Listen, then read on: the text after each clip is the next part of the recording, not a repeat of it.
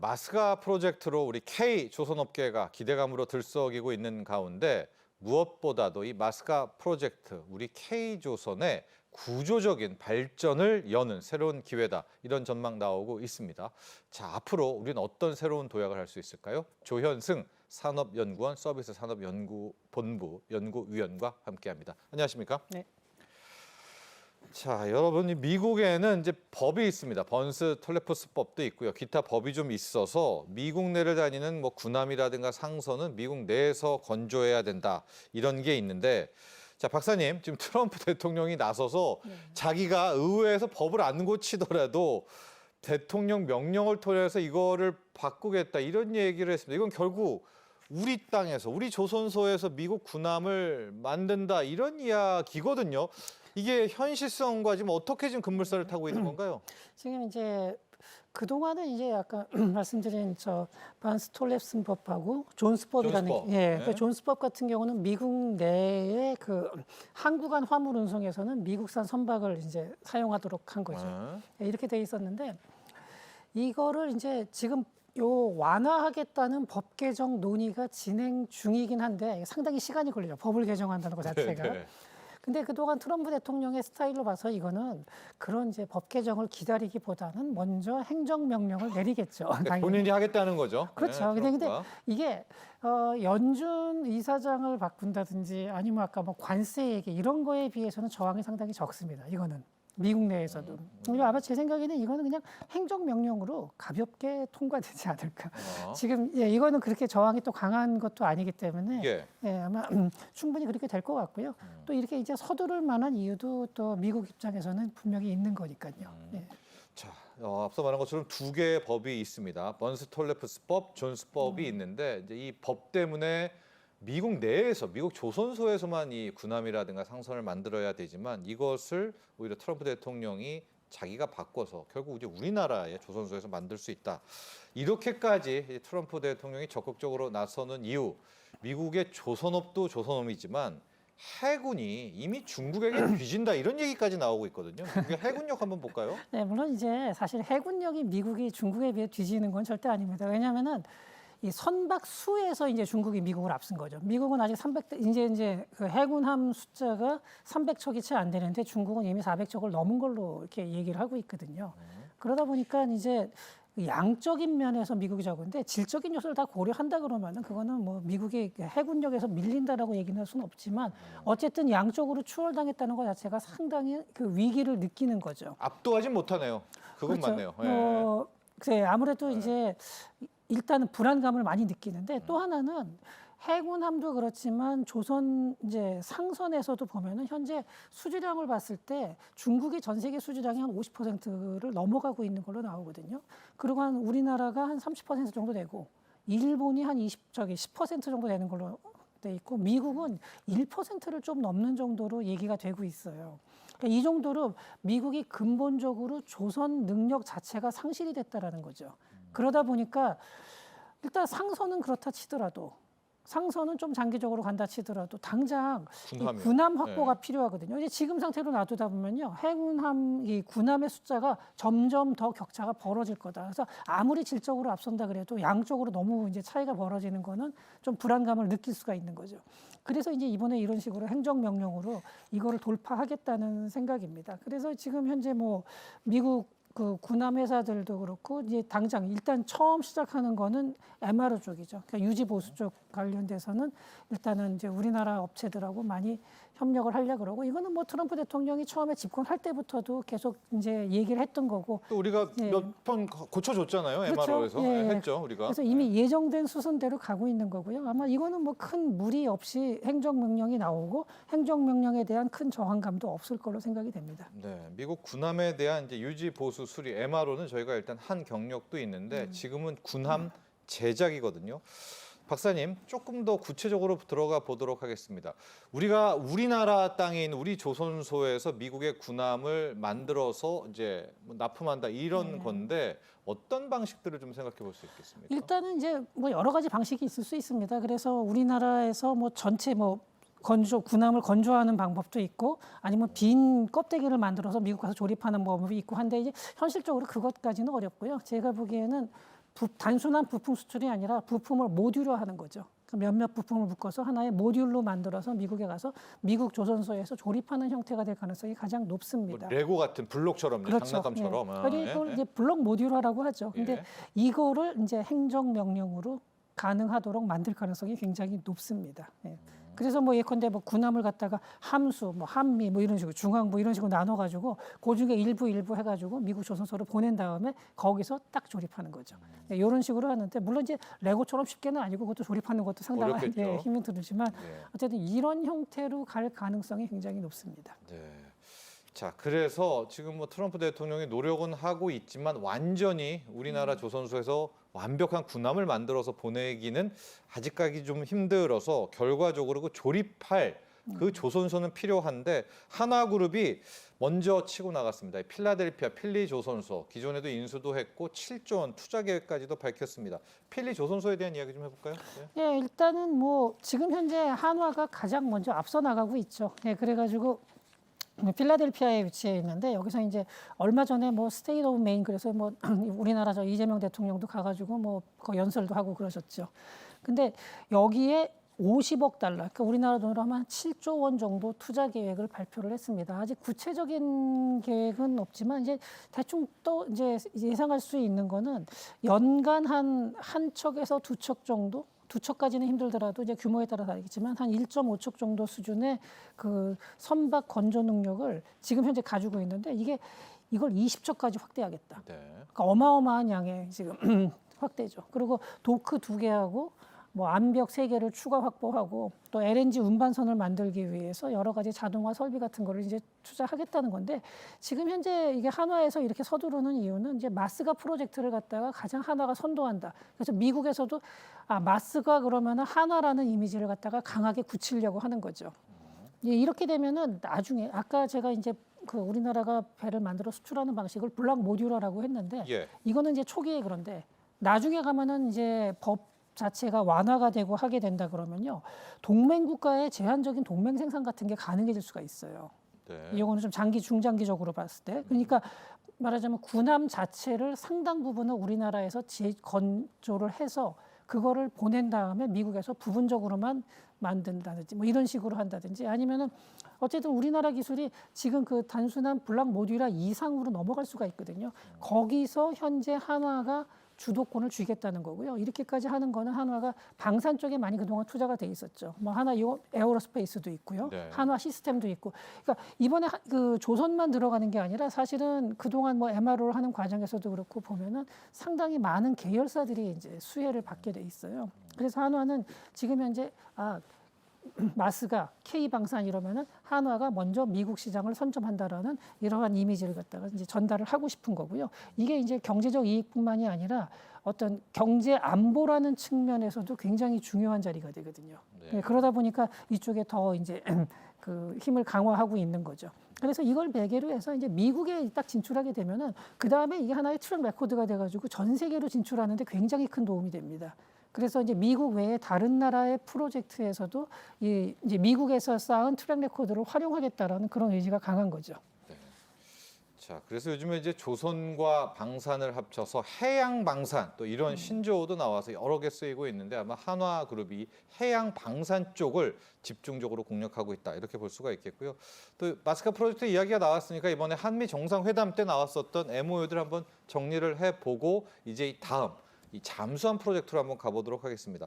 MOU 쪽 한번 몇 개 다시 한번 확인해 볼까요? 예, 지금 이제 HD 현대가 사실은 이제 한화가 선점을 했다 그러지만 미국에서도 이제 현대 쪽을 더 많이 기다리는 게 아무래도 규모가 현대가 더 큽니다. 종합적으로 봤을 때. 그래서 현대가 이제 곧 들어오려고 하는데 현재 이제 미국의 사모펀드, 그러니까 서버러스 캐피탈하고 이제 그래서 한미 조선산업 공동 투자 프로그램을 위해서 이제 MOU를 체결을 했죠. 그래서 미국 내 조선소를 인수하고 현대화하고 또 기자재 업체 투자로 공급망을 강화한다든지 뭐 여러 가지 첨단 이제 조선 기술 개발 등에 관련된 MOU를 체결했는데 현재는 이제 MOU 단계이기 때문에 뭐 아직 확실한 구체적인 계획은 없지만 지금 MOU를 체결하는 것 자체가 단순히 선언적으로 끝날 가능성은 거의 없습니다. 분명히 굉장히 현대에서도 이 부분은 현대중공업에서도 여기에 대해서 심각하게 생각을 할 거고요. 그다음에 삼성중공업도 사실은 그동안 삼성중공업은 약간 군수 쪽에서는 좀 그 사이드로 빠져 있었는데 요번에 이제 미국 조선사 그 비거마린 그룹하고 MOU를 체결을 했죠. 그래가지고 미 해군 함정 MRO 시장이 이제 본격적으로 진출을 시작을 합니다. 이런 식으로 예. 왜냐하면 이 물량이 워낙 많기 때문에 한 기업이 이걸 다 맡아갈 수가 없어요. 그래서 우리나라 이제 그 조선 빅3가 전부 다 들어갔고 또 관련된 그러다 보니까 이제 그 뭐 주가도 상당히 상승을 하고 이렇게 돼 있습니다. 근데 이거는 제가 보기에는 MOU가 단순한 MOU로 끝날 가능성은 거의 없고 이제 본격적인 투자와 여러 가지 협력이 이루어질 걸로 생각이 됩니다. 네. 자, 그리고 이제 우리 조선업계 또 하나의 가장 큰 화두입니다. 캐나다 잠수함 프로젝트 수주 사업인데 이게 최대 60조 규모고요. 이번에는 뭐 그동안 워낙 말이 많았는데 하나오션하고 HD 이 조선 라인이 함께 힘을 합쳐서 들어갑니다. 숏리스트 적격 후보에 선정이 됐다. 이거 이제 최종 후보랑은 좀 다른 개념이죠. 네, 네. 그렇죠. 네, 이번에 이제 이게 된다 그러면은 최대 60조까지도 바라보고 있거든요. 그러니까 네. 단기간에 그러니까 한 번에 계약 금액은 그렇게 안 되는데 그 이후에 이제 쭉 뭐 여러 가지 이제 계속해서 장기적으로 발생하는 이익까지 따지면은 한 60조 원 정도가 되고 이게 수주에 성공하면 단일 사업으로는 그러니까 우리나라 방위 산업에서는 최대 액수입니다. 근데 여기서 이제 중요한 게 하나오션하고 그 현대중공업이 그 원팀으로 도전을 했다는 네네. 거거든요. 이 지난번에 이제 몇 년 전에 호주 호위함 사업에서 한화하고 현대가 따로따로 들어갔다가 그 일본 독일 컨소시엄한테 뺏겼죠. 네, 뺏겼죠. 네. 그래가지고 이번에는 한화오션이 사업을 주관하고 현대중공업이 이제 지원을 하는 형태인데 사실 두 기업이 상당히 라이벌 기업이거든요. 근데 두 라이벌 기업이 이렇게 연합을 한 거는 굉장히 그 의미가 크고요. 이렇게 이제 우리나라가 높은 평가를 받는 거는 사실 다른 뭐 성능 자체도 좋지만 다른 나라에 비해서 상당히 납기가 빠릅니다. 그러니까 빠른 속도로 만들어낼 수가 있고 또 그동안 이제 방위 산업을 갖다가 꾸준히 그 대량 생산을 해왔기 때문에 이 대량 생산하고 유지 보수 가능 이런 쪽에서의 강점을 갖다가 높게 산 거죠. 근데 지금 보면은 그 한화가 잠수함 쪽으로 더 집중을 하고 그다음에 해상함 쪽으로는 현대중공업이 더 이제 좀 강점이 있다라는 얘기가 있어요. 그래서 앞으로의 프로젝트에서도 아마 이렇게 원팀으로 간다 그러면은 잠수함과 해상함을 갖다가 이렇게 서로 역할 분담을 하면서 원팀으로 이루어질 가능성도 좀 어느 정도까지는 예상이 됩니다. 이게 최종 확정이 올해는 아닌 것 같거든요. 이제 내년에 아마 캐나다에서 최종 확정을 해주겠다 이렇게 네. 아주 좀 러프한 일정이 나왔는데 박사님 어떻게 우리 국민들이 기대를 하면 좋을까요? 우리가 수주 가능성, 네. 뭐 현실은 좀 우리가 인식을 해야 되니까요. 지금 뭐 그 두 가지 의견이 다 있습니다. 아무래도 이제 그 미국의 동맹 국가고 또 이제 미국하고 가장 이제 마스가 프로젝트에 아무래도 주축 기업인 그 한화하고 현대가 들어갔다는 점에서 캐나다에서도 그 점을 상당히 고려할 거라고 네. 생각을 하는 측이 있고 네. 또 이제 한편으로는 뭐 여러 가지 다른 북극 항로라든가 이런 걸 봤을 때는 오히려 독일 쪽에 그러니까 독일의 티센크룹인데 티센크룹 그러면 우리가 제일 많이 알고 있는 건 우리나라에서는 엘리베이터인데 그 엘리베이터 말고도 뭐 여러 가지를 합니다. 근데 네. 그 티센크룹이 북극 항로라든지 이쪽에서는 더 강점이 있는 것 아니냐 또 이런 의견도 있습니다. 이거는 뭐 가봐야 알겠지만 저는 캐나다 같은 경우는 아무래도 미국하고 상당히 부분 방위라든지 안보 체계에서 연결이 돼 있기 때문에 우리나라에게 올 가능성이 더 높지 않을까 저는 이런 식으로 생각을 하고 있습니다. 특히 이제 미국 군함들이 MRO를 이제 우리나라한테 오픈을 한 셈이거든요. MRO 시장이 이제 그 전에도 있기는 있었는데 수익성이 거의 없었어요. 과거에는. 왜냐하면은 미국의 모항이 있는 군함들은 우리나라에서 MRO를 받을 수가 없었습니다. 그래서 일본의 모항이 있는 게 미국의 제7함대인데 그 네. 7함대에서 나오는 거 그 중에서도 비전투함만 우리나라가 이제 MRO를 해줬었죠. 그 규모가라는 게 끼키야 3천억 원 정도였습니다. 물론 3천억 원이라는 게 작다는 건 아니지만 이 전체 이제 방위산업 규모에서 봤을 때는 크지는 않았는데 이게 이제 3조 6천억 사업으로 늘어나는 거거든요. 네. 미국 전체 해군으로 들어가는. 이거 전투함 MRO도 되는 거죠. 이제 예. 가능하겠죠. 아마 네. 행정명령이 나오면은. 자, 이렇게 되면은 이제 미국의 전반적인 스탠다드를 우리나라 조선 회사들이 조선 기업들이 다 이걸 가지고 이제 그걸 맞춰가는 거거든요. 그렇다면 캐나다가 미국하고 방위 안보 쪽에서는 발을 맞출 수밖에 없는 입장인데 과연 캐나다가 다른 선택을 할까? 그래서 저는 그런 면에서 봤을 때는 캐나다가 아마 우리나라 기업을 선택하지 않을까 저는 뭐 약간 그런 기대를 하고 있습니다. 예. 자, 이 캐나다 잠수함 프로젝트가 중요한 이유는 이제 그 전에 우리가 또 많은 노력을 했었는데 폴란드의 또 하나의 잠수함 프로젝트죠. 이 오르카 프로젝트까지도 왜냐하면 이걸 따면 이 크레딧이 쌓이는 거 아니겠습니까? 아, 너무나 우리가 또 밝게 또 기대를 하는 것 아닌가라는 생각이 드는데 폴란드의 오르카 프로젝트까지도 함께 점검을 해보죠. 여기도 우리가 또 지금 강력하게 공을 들이고 있으니까요. 네, 공을 들이고 있는데 여기서는 아까 제가 캐나다하고는 좀 반대 논리가 적용이 됩니다. 폴란드 잠수함은요? 네, 네, 폴란드에서는 그다지 지금 분위기가 우호적이지는 않습니다. 몇 년 전에 보면은 그동안 뭐 폴란드 그러면은 한국 방산 그러니까 네, 네, 예, 우리나라 무기를 굉장히 많이 사갔죠. 사갔는데요. 예.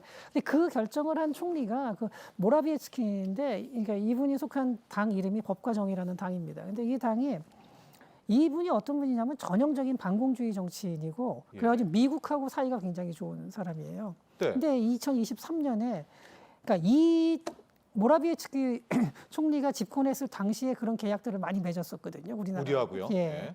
근데 이 2023년에 이제 그 선거에서 시민연단 당이 집권을 하게 돼요. 여기에 이제 투스크 총리인데 이분은 이제 바이마르 삼각동맹 그래가지고 독일, 프랑스, 폴란드의 이 삼국 협력을 갖다 굉장히 중시하고 독일 출신이에요 또. 그 독일계죠.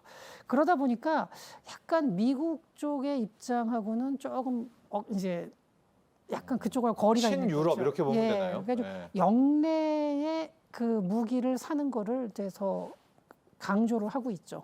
그 돈이 자꾸 해외로 저기 역외로 빠져나가는 것보다 역내로 들어온다. 또 이러한 그 어떤 이념적인 것 플러스 지금 이제 EU로부터 폴란드가 차관을 받는데 저금리 차관을 받아요. 그래가지고 그 방위 산업에 투자하는 거거든요. 네. 예, 근데 이 과정에서 이렇게 될 경우에는 이 차관 금액으로 받은 거는 역외의 무기 구입을 하게 되면은 금리가 달라집니다. 네. 예, 이렇게 되니까 현실적으로도 아무래도 그 많은 돈을 받아서 이 금리를 갖다가 그 금리 차이를 생각한다 그러면은 예. 또 역내 거를 사고 싶어 하는 그 유인이 많이 발생을 하는 거죠. 근데 물론 그럼에도 불구하고 살만한 무기가 그렇게 대량으로 잘 나오느냐. 또 이걸 맞아야 되는 거거든요. 네. 그러니까 우리가 반드시 비관할 것만은 아닌 게 그렇게 대량으로 무기를 이제 계속해서 구입을 하는데 꼭 이번 오르카 프로젝트 네. 하나를 떠나서라도 구입하는데 예컨대 전차 사단 그러면은 그거 기갑 사단을 하나 만들려 그러면은 뭐 수백 대의 탱크가 있어야 되는데 그렇게 빠른 속도로 대량 생산이 가능한 나라가 과연 몇 군데 있냐. 영내에서 그게 가능하느냐. 예컨대 프랑스 전차랑 독일 전차를 하나로 묶어서 한 사단 안에 넣는다 그러면요. 이건 운영이 안 돼요. 그 사단 그 전차라는 거는 같아야지 뭐 AS도 안 되고 서로 네. 포탄도 교환이 안 되고 호환이 안 되고 이렇게 되면은 그 하나의 사단이 될 수가 없는 거거든요. 그런 측면에서 봤을 때 이 오르카 프로젝트 자체도 지금 현재 약간 그 불리한 조짐은 나타나고는 있지만 그렇다고 완전히 포기할 단계는 아니고 또 이게 아니더라도 여전히 우리가 계속 공을 들여야 하는 나라인 것만큼은 분명합니다. 네, 정리를 해보도록 하겠습니다. 자, 우리 K조선 이제는 여기 방산까지 얹어서 해양 방산 방향으로 나가고 있습니다. 얼마 전에 HD 현대중공업, HD 현대미포 두 회사가 합칠 때도 방산 쪽에 꽤 힘을 실어줬거든요. 이 얘기와 함께 우리 해양 방산에 어떤 좀 제언들 해주고 싶은지도 말씀해 주시죠. 일단 이제 HD 현대중공업하고 현대미포가 합병한 거에 대해서 여러 가지 이제 왜 합병을 했느냐, 둘이 어떤 시너지가 있느냐, 뭐 이런 얘기들도 많이 하세요. 근데 사실은 이 합병 배경이 그 현대미포가 원래 이제 수리조선소에서 출발을 해가지고 이쪽에 지금 그러니까 굉장히 강점이 있는 데인데 군함 관련 라이센스가 없습니다. 그러다 보니까 현대중공업에 이제 합병을 하면서 이 군함 라이센스를 갖다가 자동적으로 얻을 수 있게 되거든요. 이제 이런 거를 노린 것도 있고 또 이제 규모를 키워서 이제 좀 대형화하겠다라는 측면도 있고 한데 둘 간에 어차피 합병을 했음에도 불구하고 조선소 자체는 따로 운영할 거예요. 그러니까 그거는 따로 운영을 하는데 일단 규모를 키우면서 이제 방산 쪽으로 이제 이 마스갑에다가 집중을 하겠다라는 그런 강한 의지로다가 해석을 할 수가 있을 거고요.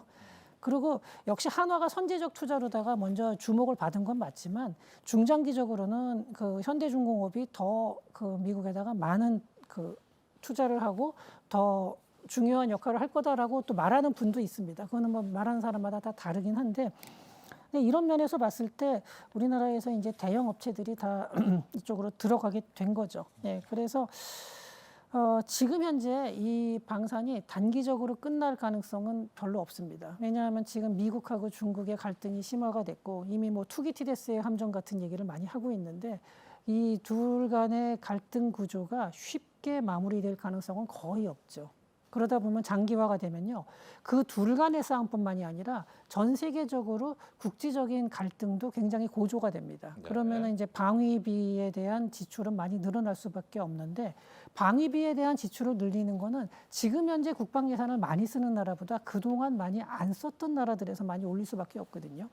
그러다 보면은 이제 아무래도 특히 서방 국가들 쪽에서 그런 일들이 많이 발생을 하고 폴란드가 몇 년 전에 우리나라 무기를 그렇게 대량으로 구입한 것도 당장 그거를 공급할 수 있는 능력을 가진 나라가 거의 없기 때문이에요. 같은 그 동맹이라고 부를 수 있는 블록 안에서는. 그런 면에서 봤을 때 우리나라가 이번에 꼭 그 해양 조선뿐만이 아니라 군함뿐만이 아니라 전반적인 방산이 우리나라한테는 굉장히 큰 기회가 지금 찾아온 거고 방산이라는 것 자체가 뭐 그렇게 수익성이 아주 높고 현금 흐름이 빠르게 도는 쪽은 아니긴 합니다. 하지만 굉장히 장기적으로 안정적인 수익원이 네. 될 수 있는 거기 때문에 굉장히 이 우리나라한테는 큰 기회가 온 걸로 생각할 수 있을 겁니다. 네, 지금까지 조현승 산업연구원 서비스 산업연구본부 연구위원과 함께했습니다. 오늘 감사합니다. 네.